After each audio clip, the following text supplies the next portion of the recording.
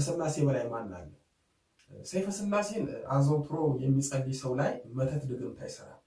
ሰይፈ ስላሴ በሰው ተንኮል የሚመጣብንን መተት በመከላከል ወደር የለውም።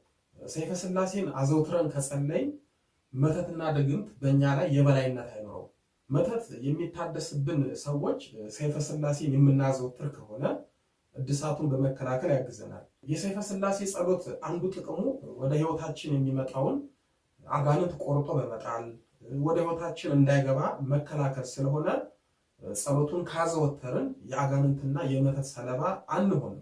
ጸሎቱ አጥርና ድንበር ነውና ሰው በድንገት ተተናኩሏችሁ ለምሳሌ በሚበላ ወይም በሚጠጣ ነገር መተት የተደገመበት ነገር ቢያበሏችሁ እና ብትታመሙ ማድረግ ያለባችሁ የዕለቱን ሰይፈ ስላሴ ውሃ ላይ በመጸለይ 3 ጊዜ በስላሴ ስም አማትባችሁ ውሃው ላይ እፍ በማለት መጠጣት። ያኔ ውስጣችሁ የገባው የመተት መርዝ ይሻራል።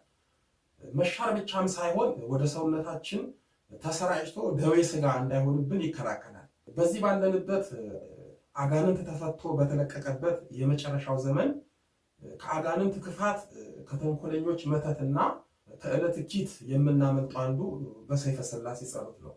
አጋንንት ተፈቶ በተለቀቀበት ዘመን የሰይፈ ስላሴ ጸሎት ጥቅሙ ምንድን ነው የሚለውን ስናይ ሰይፈ ስላሴን መጸለይ ብዙ ጥቅም ያለው ቢሆንም ጠቅልለን ስናየው በሁለት ከፍለን እናያለን። አንደኛው ከምስጋና አንጻር ሲሆን ሁለተኛው ከጸሎቱ መንፈሳዊ ኃያልነት አንጻር ነው። ሰይፈ ስላሴ ጸሎት የፈጠሩንን ስላሴን የምናመሰግንበት፣ በአጋዕዝተ ዓለም ስላሴ ዘንድ የነፍስን መወደድን የምናተርፍበት፣ በጸሎቱ ኃይል ቤተሰባችንን፣ ራሳችንን፣ ልጆቻችንን የምንጠብቅበት፣ የስላሴን ጸጋ የምንላበስበት ታላቅ ጸሎት ነው።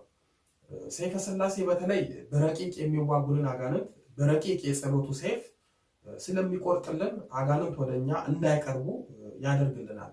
ሰይፈ ስላሴን ዘውትር የሚጸልይ ሰው አጋዕዝተ ዓለም ስላሴ በረድኤት በመለኮታዊ ጥበቃነት አይለዩትም። ከቤቱ የስላሴ በረከት አይታጣም፣ ጠላት አይበረታበትም። አጥር አፍርሶ ድንበር ጥሶ የሚመጣን ግልጽ ይሁን ስውር ጠላትን ያርቃል፣ ከዛም ይሰውራል። በተለይ አይነ ጥላ፣ መተት፣ ድግምት፣ ዛር፣ የዛር ወላጅ ወዘተ ያለበት ሰው ሰይፈ ስላሴን ያለመሰልቸት ያለመታከት አዘውትሮ ቢጸልየው በላዩ ላይ ያደረበት መንፈስ እድሜው እያጠረ እንደ ጢስ እየበነነ እንደ ጉም እየተበተነ ይሄዳል።